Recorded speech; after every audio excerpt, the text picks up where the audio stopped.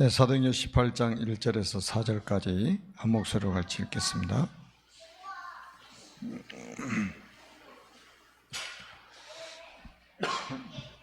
우리 한 목소리로 같이 읽습니다. 그 후에 바울이 아덴을 떠나 고린도에 이르러 아굴라라는 본도에서 난 유대인 한 사람을 만나니 글라우데가 모든 유대인을 명하여 로마에서 떠나라 한 거로 그가 그 안에 브리스길라와 함께 이달리아로부터 새로 온지라. 바울이 그들에게 가매 생업이 같으므로 함께 살며 일을 하니 그 생업은 천막을 만드는 것이더라. 안식일마다 바울이 회당에서 강론하고 유대인과 헬라인을 권면하니라. 아멘.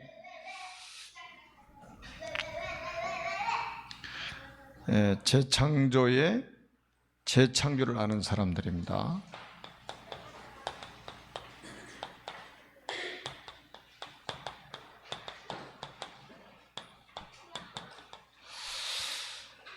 신앙생활을 제대로 하는 사람은 사실은 강단 메시지만 잘 붙잡고 가도 신앙생활에 성공을 합니다. 강단을 왜 하나님이 우리에게 주셨는지 그 이유를 안다면 또 강단에 집중할 수밖에 없잖아요. 그들이 사도의 가르침을 받아 서로 교제하며 떡을 떼며 오로지 기도하기를 힘쓰니라. 이게 초대교회 신앙생활의 모습입니다. 그래서 초대교회는 사실은 세계 복음화를 했던 거죠. 우리가 이제 강단 메시지에서 치유라는 단어가 나왔습니다. 치유라는 말은 이거를 전제로 지금 하고 있잖아요. 상처를 전제로. 상처가 없는데 왜 치유라는 단어를 쓰겠습니까? 우리 모든 사람에게는 상처가 있습니다. 모든 사람이 가지고 있는 상처가 바로 이제 근본적인 상처죠. 이게 사실은 창세기 3장이 시작된 거 아닙니까? 그래서 모든 사람이 이 근본적인 문제를 사실은 해결받아야 되는 거예요. 그게 바로 복음이잖아요. 그리스도. 그리스도가 아니면 이 근본 문제는 절대 해결이 안 됩니다. 지금 사람들은 사단에게 완전히 지금 장악되어 있어요. 그래서 요한일서 3장 8절에 하나님의 아들이 나타나신 것은 마귀의 일을 멸하려 하십니다. 자, 이거를 십자가에서 사실은 해결하셨잖아요. 모든 사람은 자기도 모르게 지금 이 저주 속에 갇혀 살고 있는 거죠. 그래서 로마서 8장 2절에 보니까 그리스도 예수 안에 있는 생명의 성령의 법이 죄와 사망의 법에서 너를 해방하였습니다. 모든 사람이 지옥의 배경 속에 살다가 결국은 지옥에 가게 됩니다. 그래서 요한복음 14장 6절에 보면 내가 곧 길이요 진리요 생명이니 나로 말미암지 않고는 아버지께로 올 자가 없느니라. 이 단어를 합해서 우리가 그리스도라고 하는 거 아닙니까? 왜 우리가 예수를 믿습니까? 예수가 그리스도이기 때문에 믿는 거죠. 그러니까 이 근본적으로 이 문제가 해결이 안 되면 사실은 우리 인생은 행복할 수가 없는 거예요. 아무리 세상에 성공해도 행복이 있을 수가 없어요. 행복하다고 말하는 건 다 가짜입니다. 아무리 돈이 많은 사람도 행복할 수가 없어요. 행복하다고 하는 건 다 가짜란 말이에요. 거기에 속으면 안 돼요. 그리고 두 번째는 뭡니까? 이것 때문에 결국은 우리는 뭡니까? 이 마음의 병. 이게 해결이 안 되니까 결국 어디로 갑니까? 정신병으로 가게 되잖아요. 자, 그리스도를 믿으면 근본 문제는 해결이 되는데 믿어도 믿는 사람 중에도 이 마음의 병, 정신의 문제를 가지고 살아가는 사람들이 너무 많아요. 의외로 너무 많습니다. 구원받았는데 복음 가진 사람인데 마음의 병을 치유받지 못하고 살아가는 사람이 아주 너무 많습니다. 제가 분명히 말씀드렸잖아요. 예수님 십자가에 고난 당하시고 난 후에 제자들의 모습 보세요. 이 사람들이 구원 못 받았습니까? 다 구원 받았잖아요. 제자들이 구원 못 받았어요? 구원 받은 사람들이에요. 그런데 현실 문제, 이제 자기들이 해결해야 된다는 이런 그 사실 때문에 두려움에 휩싸이고 또 미래에 대한 그 불안함, 앞으로 어떻게 살지? 지금까지는 예수님이 3년 반 동안 다 자기들 인도해서 따라가기만 하면 됐는데 예수님 십자가에 죽으시고 나니까 미래가 너무 불안한 거예요. 이게 두 개가 합해져 가지고 절망이 된 거죠. 그래서 결국 뭡니까? 과거로 돌아가는 거예요. 과거로. 우리 고기 잡으러 간다. 나는 고기 잡으러 간다. 과거로 회귀해 버린다 이 말이에요.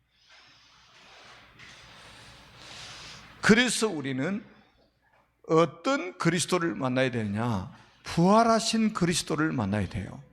부활하신 그리스도. 이게 무슨 말인지 여러분들 아시잖아요. 부활하신 그리스도. 무덤에 계신 그리스도가 아니고 부활하신 그리스도, 다시 살아나신 그리스도를 매일 만나야 된단 말이에요. 그래야 우리 이 마음의 병이 치유되는 거예요.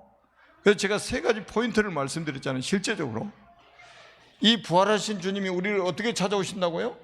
말씀으로 찾아오시는 거예요. 여러분, 그래서 우리가 말씀에 집중하는 거예요. 엠마오로 가는 두 제자에게 말씀을 하시고 성경을 풀어주시니까 마음이 뜨거워졌다고 그랬거든요. 이게 있어야 된다니까요. 매일 말씀 듣다 막 이 가슴 속이 막 뜨거워지는, 마음 속이 뜨거워지는 이게 있어야 돼요. 그래서 결국 뭡니까? 우리가 지금 붙잡고 있는 게 히브리서 4장 12절 아닙니까? 그냥 육신 치유만이 아니에요. 혼과 영과 및 관절과 골수를 찔러 쪼갠다고 그랬어요. 뭐가요? 좌우의 날선 어떤 검보다 예리한 말씀이 우리를 치유한다 이 말이에요. 그래서 말씀으로 우리를 매 시간 분초마다 찾아오시는 그 그리스도, 부활하신 그리스도를 만나야 된다니까요. 그래야 이 마음의 병, 이 정신의 병들이 치유가 되는 거예요. 여러분, 치유라는 단어를 쓰면요, 이 또 상처가 있는 사람은 또 상처가 될 수가 있어요. 또 치유라는 이야기를 하면. 근데 여러분, 솔직히 병원에 가가지고 의사가 당신이 이런 병이 들었으니까 이렇게 치료를 받으면 당신이 회복이 될 수 있고 살 수 있다 이렇게 말하면 그거 얼마나 기쁜 소식입니까? 그런데 의사가 당신 이런 병을 가지고 있는데 이렇게 병을 가지고 있는데 말 나오자마자 화가 나가지고 너 죽을래? 기분 나쁘다. 내가 기분 나쁘다. 굉장히 심각한 상처예요. 아니, 살 길을 알려줬는데, 치료받을 길을 알려주는데. 여러분, 우리가 그래서 말씀 앞에 서는 거예요. 옛날에는 여러분, 이게 지금 종이에 기록된 활자로만 느껴졌던 이 말씀이 살았고 활력 있는 말씀이 돼가지고 우리의 막 모든 부분을 막 치유하신다 이 말이에요. 아멘? 그거 체험해야 돼요. 그러니까 40일 집중 지금 하고 있는데 말씀으로 나를 찾아오시는 그 다시 살아나신 그리스도를 말씀 속에서 만나시라 이 말이에요. 지금 녹취해가지고 누구한테 보여주기 위해서 녹취하는 게 아니잖아요. 지금 우리가. 그러니까 말씀을 여유 있게 집중해서 한번 들어보시라 이 말이에요. 나를 치유하시는, 진짜 그 말씀이 살았고 활력이 있어가지고 치유하시는 그 축복을 체험해야 되잖아요. 그러고 보세요. 이 말씀을 붙잡고 우리가 기도를 했는데, 제가 요한복음 15장 7절 한 절만 말씀을 드렸잖아요. 너희가 내 안에 거하고 내 말이 너희 안에 거하면 무엇이든지 원하는 대로 구하라. 그러면 이루리라고 했거든요. 우리가 그냥 기도하는 게 아니에요. 생각나는 대로 기도하는 것도 기도지만 가장 정확한 것은 말씀을 딱 붙잡고 기도해야 돼요. 너희가 내 안에 거하고 내 말이 너희 안에 거하면 무엇이든지 원하는 대로 구하라. 그러면 이루리라고 했단 말이에요. 말씀을 붙잡고 기도하는 훈련이 우리에게 필요한 거예요. 그래서 말씀 적는 거 잃어버리니까 말씀 적어가지고 그걸 가지고 보면서 기도하는 거예요. 그러니까 이렇게 되면 기도하는 시간 행복해지겠죠. 기도하는 시간 힘이 나겠죠. 아멘? 그리고 나서 보세요. 우리가 언제 이 부활하신 주님이 우리와 함께 하신 것을 체험할 수 있느냐? 전도 현장에 있을 때. 뭐 많이 있지만 사도행전 3장 6절, 나면서부터 안진병이 된 자, 나면서부터 못 걷게 된 자, 40여 세나 됐다 이 사람. 그런데 보세요. 내게 있는 이것을 내게 주노니 곧 나사렛 예수 그리스도 이름으로 일어나 걸어라. 그 오른손을 딱 잡아 일으키니까 발과 발목에 힘을 얻고 뛰어서서 걸었다고 그랬다니까요. 무덤에 계시는 그분이 아니고 사흘 만에 다시 살아나신 그분이 우리가 가는 현장에 지금 역사하기를 원하신다 이 말이에요. 아멘? 사도행전 8장 4절에서 8절도 보시라니까요. 빌립 집사가, 그것도 목사가 사도가 들어간 것도 아니고 중직자가 들어가가지고 복음의 말씀을 증거했잖아요. 그때 사마리아 성에 예비된 영혼들이 다 기다리고 있는 거 보세요. 그리스도를 일심으로 들었다. 일심으로. 그때 일어난 일들을 보세요. 많은 사람이 붙었던 더러운 귀신들이 큰 소리를 지르며 떠나가고 많은 중풍병자와 안진병이가 나오니 그 성에 큰 기쁨이 있더라. 그래서 우리가 사모늘이 그렇게 중요하다 이 말이에요. 사모늘 속에는 성부, 성자, 성령 삼위일체 하나님이 역사하시는 걸 체험하게 된다 이 말이죠. 이번에 40일 집중훈련 할 때 이거를요 그냥 억지로만 해도 하나님이 역사하실 겁니다. 억지로만 해도. 십자가도 억지로 졌는데 그 속에 하나님의 엄청난 계획이 있었다니까. 여러분 70억 중에 한 사람, 그때 당시 얼마나 인구가 됐는지 모르겠지만 50억 중에 한 사람, 그 우연이겠습니까? 우연이 아니죠. 나중에 그 구레네 시몬이 받았던 축복 보세요. 그 아내와 그 아들이 로마서 16장에 기록되어 있잖아요. 그런데 우리가 의미를 알고 참여한다면 아마 굉장한 우리 눈에 보이지 않는 이런 부분들이 치유가 돼가지고 전도자의 삶을 살아가도록 만드실 겁니다. 그래서 이번에 좀 단단히 여러분들이 한번 이렇게 마음의 결단을 하시고 한번 도전을 해보시기 바랍니다. 도전을 해보세요.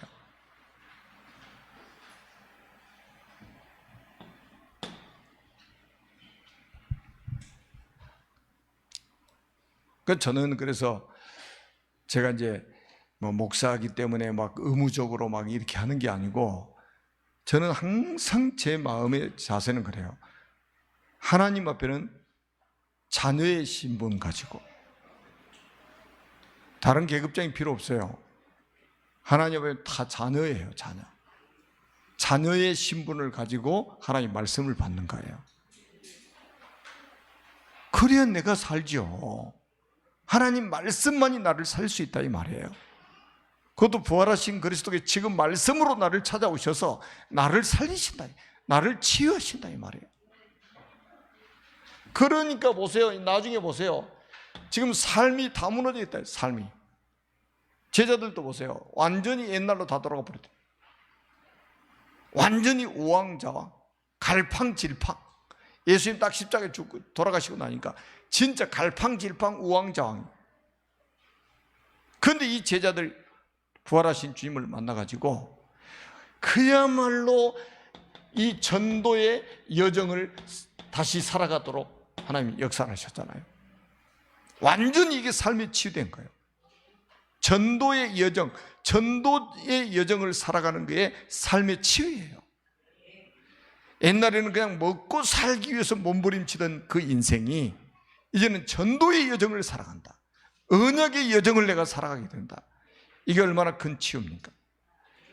우리를 부활의 증인으로 하나님은 세우기를 원하신다 이 말이에요. 부활의 증인. 마띠아를 세우신 이유도 그거예요. 부활하심을 증언할 사람이 되게 하여야 하리라. 부활의 증인. 여러분, 부활하신 주님을 증거할 때 역사가 일어난다니까요. 사도행전 4장 33절에도 그랬잖아요. 사도들이 큰 권능으로 주 예수의 부활을 증언하니 우리가 큰 은혜를 받았다. 여러분, 세상의 종교가 셀 수 없이 많아요. 그 종교들은 다 무덤 아닙니까? 죽은 종교 아닙니까? 생명 없는 종교 아닙니까? 그런데 우리 기독교는 생명이라는 증거로 예수님 부활하신 거예요. 아멘? 죽은 종교가 아니에요. 지금 이 자리에 부활하신 그분이 함께 계신다 이 말이에요. 그래서 우리가 이제는 뭡니까? 현장에 우리는 빛을 비추는 이 캠프를 해야 된다 이 말이에요. 여러분 만나는 모든 사람에게 이 생명의 빛을 비추고, 여러분 가정에 빛을 비추고, 산업 현장에 빛을 비추고, 여러분이 살고 있는 모든 지역에 빛을 비추라. 그래서 한번 그 도전을 한번 해보세요. 제가 여러분 솔직히 한번 하나님 앞에서, 여러분 아는 사람 몇 사람이나 됩니까? 더구나 교인들 말고 여러분 사는 집 주변에 불신자 몇 사람이나 알고 지내십니까? 좀 일부러 사람 사귀어 보세요. 그 좀 연세 드신 분들은, 뭐 젊은 분들도 마찬가지예요. 그 아파트 단지 같은 데는요 거의 노인정이 있습니다. 이런 데도 한번 가서 놀러 간다라고 표면적으로는 가시고 이면적으로는 뭐예요? 내가 생명의 빛을 비추러 가는 것이다. 캠프하러 가는 것이다. 일부러 찾아가 보시라니까요. 그리고 웬만하면 놀이터에 이게 오늘 이런 가을 날씨에요. 놀이터 한번 가보세요. 어린 아이들 데리고 나온 그 젊은 엄마들도 막 놀이터에서 애들하고 같이 놀고 있습니다. 조그만 애들 예뻐해주고 막 그러면요 금방 친해져 버립니다. 여러분, 우리 주변에 있는 사람들이 지금 뭘 못 들어가지고 지금 사람이 죽어갑니까? 복음 못 들어서 죽어가고 있단 말이에요. 그래서 한번 여러분들 이번에는요 우리가 지금 전 교인 계층별 40일 집중을 한 이유를 아마 여러분들이 다 알고 계시잖아요. 아마 계층별로 자기에게 맞는 메시지를 지금 받고 있어요. 지금 본질은 다 복음이잖아요. 복음이어야만이 살기 때문에. 그래서 저는 이번에 굉장히 지금 감사한 게 우리 다민족들이 지금 다민족 팀들이요 녹취 잘해요. 저는 방마다 다 있잖아요. 유심히 제가 다 방마다 살펴보는 거예요. 근데 우리 다민족 팀들이 아주 인도를 잘 받고 있어요. 우리 이제 팀장 분들이 아주 굉장히 지금 기도하면서 인도를 잘 하고 계신다고 생각을 합니다. 그리고 이제 진짜 태어나가지고 처음으로 녹취하는 분들도 있잖아요. 진짜 감사하죠. 아마 그분들에게 굉장한 하나님의 은혜를 지금 주고 계시리라 믿습니다. 이런 치유, 우리 속에 있는 우리도 알지 못하는 상처까지 하나님이 치유하셔가지고 결국은 전도의 여정을 살아가는 절대 제자로 하나님 세우실 겁니다. 영적 서밋으로 우리 한 사람 한 사람 다 세워나가실 겁니다. 여러분, 오늘 재창조라는 단어를 썼는데, 자, 재창조라는 단어가 첫째 뭡니까? 이게 우리가 구원받은 것 자체가 재창조된 겁니다. 저는 그래서 우리가 이 단어를, 이 성경 구절을 너무 우리 귀하게 여기고 있잖아요. 그런 점 누구든지 그리스도 안에 있으면 새로운 피조물이라. 이전 것은 지나갔으니 보라 새 것이 되었도다. 완전히 재창조되어 버렸다 이 말이에요. 옛사람은 죽어버렸고 그리스도 안에서 이제 새로운 피조물로 우리는 다시 태어난 거예요. 중고차 수리한 게 아니고 신빙차, 공장에서 바로 출고된 차 있잖아요. 그거요. 그럼 내 주름살 하나도 안 고쳐졌는데, 그렇게 말하면 겉사람은 후패해도 속사람은 날로 새로워지는도다. 여러분들의 영혼을 재창조해 버렸다 이 말이에요. 그러니까 연세가 딱 육신적인 연세가 들어도요, 이 영혼이 재창조되어 버리면 날로 새로워져 버려요. 살아가는 것 자체가 멋있어집니다. 그런데 나이가 젊은 사람이랄지라도 영혼이 재창조 안 되면요, 갈수록 이상한 사람이 돼요. 우리 교회 안에도 증인들 있잖아요. 연세 드셔도 아주 멋있어지는, 갈수록 멋있어지는 분들. 아멘. 자, 우리가 수요일날, 금요일날 저녁은 우리가 찬양하고 기도할 때 또 하나님이 사도행전 2장 1절로 4절에 나타난 그 응답을 주실 줄로 믿습니다. 재창조의 사람들은, 재창조를 아는 사람들은 마가다락방에 참여한 사람들이다.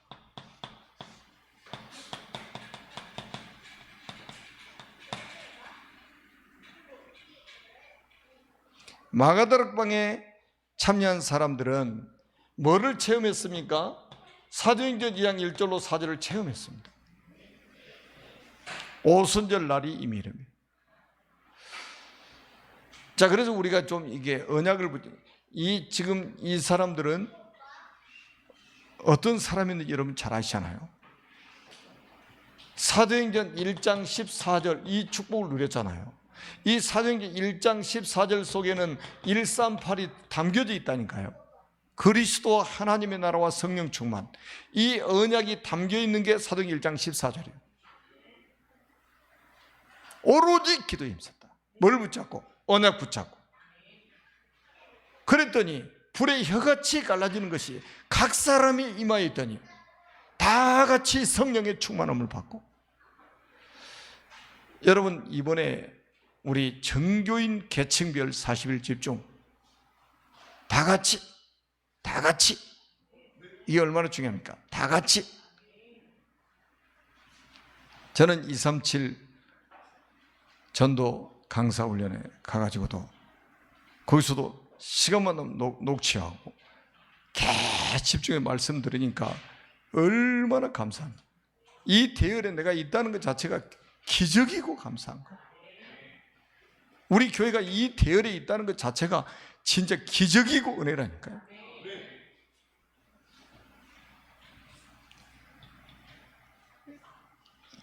이게 교회의 가장 큰 응답입니다. 아멘. 다른 게 응답이 아니에요. 가장 큰 응답이다.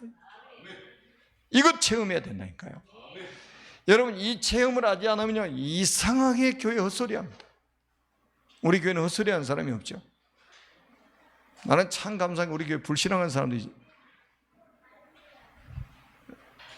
나 음대 사는지는 모르겠지만 하여튼 나들은 데는 불신앙하는 사람 없어요. 만나면 믿음의 고백을 합니다. 그래서 내가 참 복음이 있다는 게 이렇게 감사하고는 어떻게 불신앙이 싹 사라져버리냐.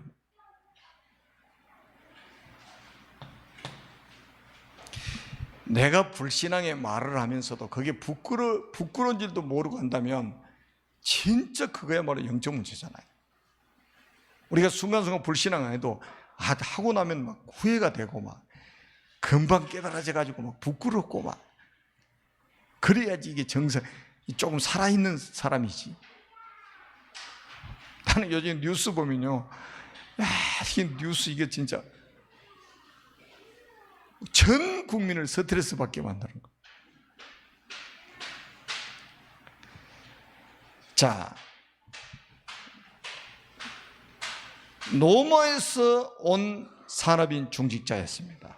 사도행전 2장 10절에 보니까 로마로부터 온 나그네.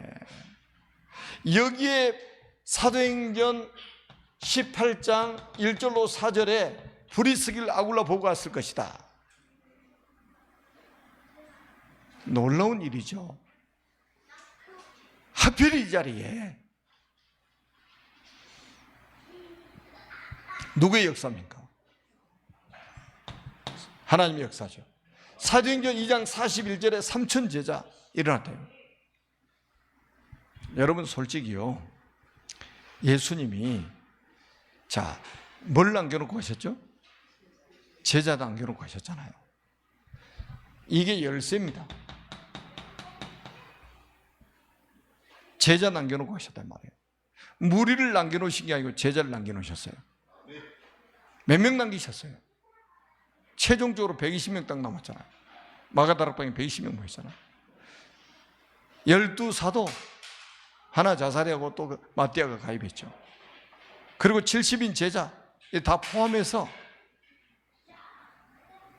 120명이 모인 거죠. 120명 남겨놓고 갔는데 세계 복음화 이루어진 거잖아요. 전 세계 지금 복음이 증거된 거 아닙니까? 무리가 어떻게 세계 복음화합니까? 제자입니다. 제자예요. 그래서요, 저와 여러분들 사역이 가장 중요한 포인트가 제자입니다. 제자예요. 나는 우리 교회 한 명 한 명 이렇게 제자로 세워지는 모습들 이미 제자로 하나님 보내셨죠. 우리가 제자를 만드는 것이 아니라 제자를 보내셨어요. 저는 이제 교회 전체를 지금 보고 있잖아요. 여러분은 카톡방에도 한 군데만 들어가 있지만 저는 10개 지금 카톡방에 다 들어가 있습니다. 다 살피면서 제가 기도하고 있어요. 한 사람 한 사람 하나님이 이렇게 제자로 보내셔가지고 그 제자를 하나님이 말씀으로 확립하고 있는 모습들이 보여지는 거예요. 그러면 하나님이 이 3천 제자를 일으켜가지고 결국은 세계복음 하셨던 것처럼 우리 교회 안에도 제자가 제자를 낳고 제자가 제자를 낳고 해서 결국은 하나님이 237 나라 살리는 이런 축복을 누리게 만드실 것이다. 237 나라. 이게 하나님의 절대 목표 아닙니까? 그리고 두 번째는 바울을 도운 사람들이었습니다. 전도자를 돕는 사람들. 예수님이 마태복음 10장 40절에 42절에 보면 소자에게 냉수 한 그릇 대접하는 것도 그 상을 결단코 잊지 않겠다고 그랬어요. 여러분 이 말씀의 의미를 조금만 알면 굉장한 응답이 있을 겁니다. 마태복음 10장은 12사도를 현장에 파송하셨어요. 12사도가 다 전도자 아닙니까? 전도자에게 냉수 한 그릇 대접하는 것도 그 상을 잃지 않는다니까요. 그러니까 전도자를 돕는다는 것은 똑같은 응답받는 거예요. 선지자를 도우면 선지자의 상을 받거든. 아멘? 전도자 도우면 전도자 돕는 상을 똑같이 받는 거예요. 그 주인공이 누굽니까? 사도행전 18장 1절로 4절에 브리스길 아굴라 보고 아닙니까? 이 사람들은 로마서 16장 3절에서 5절에 보니까 아주 자기 목이라도 내어놓을 정도로 전도자를 도왔잖아요. 전 재산을 다 바쳐가지고 전도하는데 헌신했잖아요.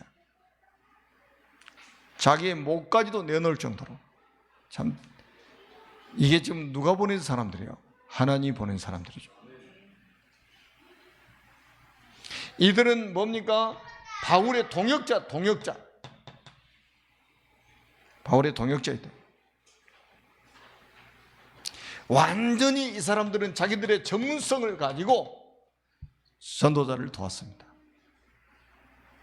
전문성 가지고 바울을 만나서 평생 같이 전도도 한 거예요. 어디서 만났어요? 고린도에서 만났잖아요. 노아씨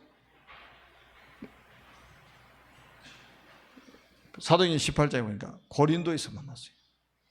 이 두 사람을 만나게 하시려고 로마를 하나님이 뒤흔들고 아덴을 흔들어가지고 고린도로 내려오게 만들어가지고 만나게 하신 거예요. 그래서 여러분들이 뭐를 중요하게 생각하세요? 굉장히 만남을 중요하게 생각을 하셔야 됩니다. 우연한 만남이 아니고 237 나라 복음화를 위해서 하나님이 특별한 만남을 주신 것이다. 그래서요, 무조건 전도자를 도우세요. 여러분 여러분 전도자잖아요. 다 도우세요. 누가 전도 잘하면 더 도와주세요. 못한 사람도 더 도와가지고 전도하게 만드세요. 저 사람은 왜 저래? 이런 소리 우리 교회에서 하지 마세요. 그래서 복음이 필요한 사람이고, 그래서 나의 도움이 필요한 사람이다.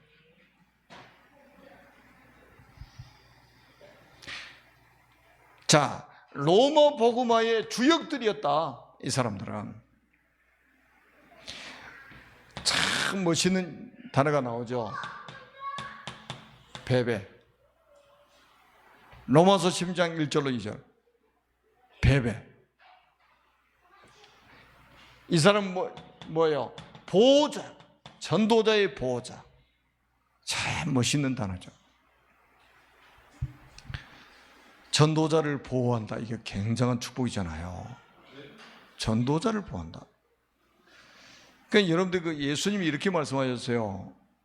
너희를 영접하면 나를 영접하는 거다.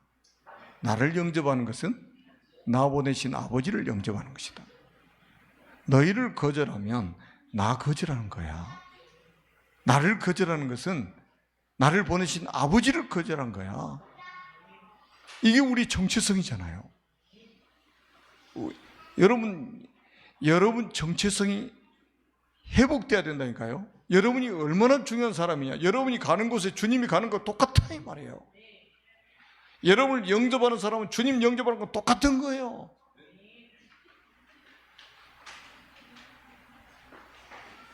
그 다음에 두 번째는 뭡니까? 바울의 동역자 브리스길라 아굴라 부부입니다.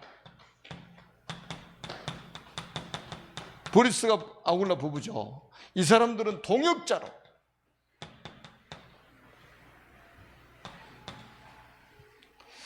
그 다음에 가이오 같은 사람은 뭡니까? 온 교회 식주인.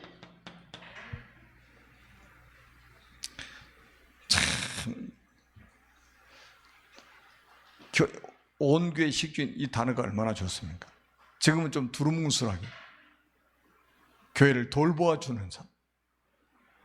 좀 표현이 좀 너무 두루뭉술하잖아요. 식주인 딱 하면 명확해지는데. 자, 그 말은 뭡니까? 여러분들이 세계복음하는 교회에 이 헌신하는 모든 것이 영원한 축복이다 이 말이에요. 아니, 성경에 기록된 게 영원한 축복 아닙니까? 얼마나 이 사역이 귀했으면 하나님이 성경에 기록해가지고 지구 종말할 때까지 전달이 되도록 만드시겠냐 말이에요. 이게 뭐예요? 이게 인생 작품인 거예요. 여러분 꼭 책을 써야 인생 작품이 아니고 이들이 이렇게 살아왔던 것이 바로 인생 작품이라 이 말이에요.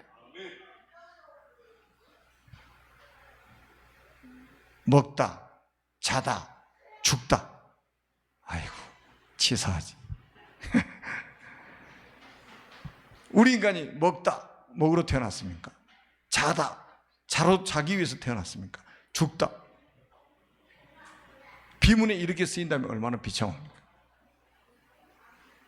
우리 부모님이 이렇게 세계복음하다가 하나님의 부르심을 입어서 그게 소천, 그래서 소천하는 거예요. 와, 전도자들을 평생 보호하고 전도자들을 동역자가 되고 전도자들의 식주인 역할을 하다가 하나님의 부르심을 입었어. 이렇게 우리 후대들이 기억할 수 있는 이런 축복의 사람들이 되시기를 주님의 이름으로 축원합니다.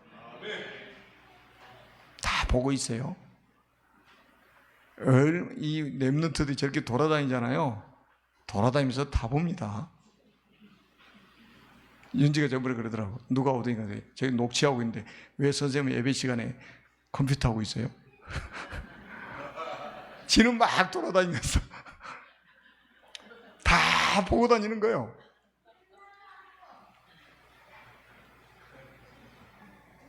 애들 막 떠들고 돌아다니잖아요. 다 듣고 있어요. 세상에 저는 여기 나와가지고 애들 파송의 노래 하는데 애들 그게 각인이 돼가지고 그 노래를 집에 가서 부르지 자기들이 흥얼흥얼 그 찬양이 나올 정도가 돼버렸단 말이에요. 그러면 이제 그거 보세요. 매주 주일 알아가지고 여기 앞에 딱 서가지고 말이죠. 우리 엄마 품에 아빠 품에 딱 안겨가지고 이렇게 찬양하고 막 했던 것들 있잖아요. 이것들이 평생 생각납니다. 아니 저도 어렸을 때 교회 다니면서 불렀던 노래가 지금도 기억난다니까. 우리가 이제 조금 더 우리가 집중력을 발휘해서 하나님에 집중해야 됩니다.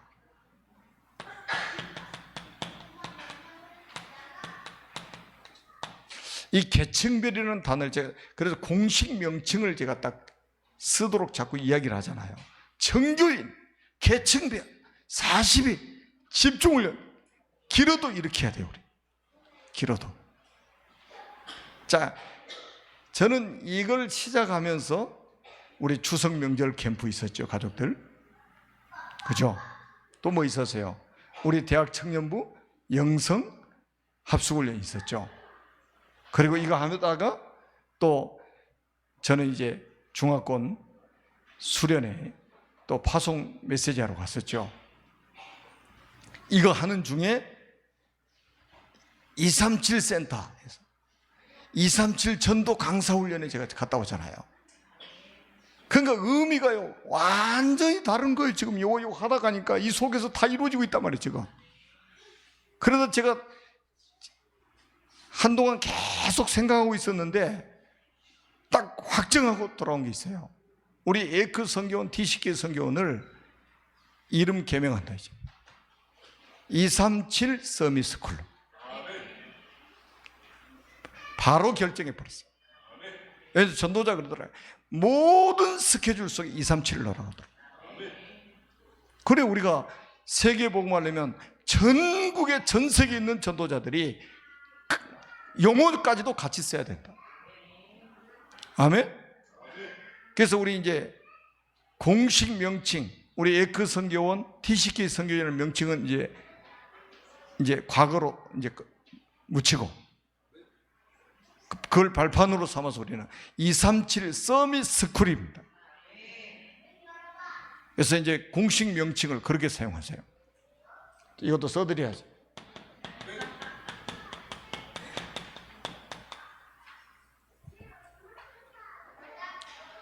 앞으로 많은 응답이 있을 겁니다.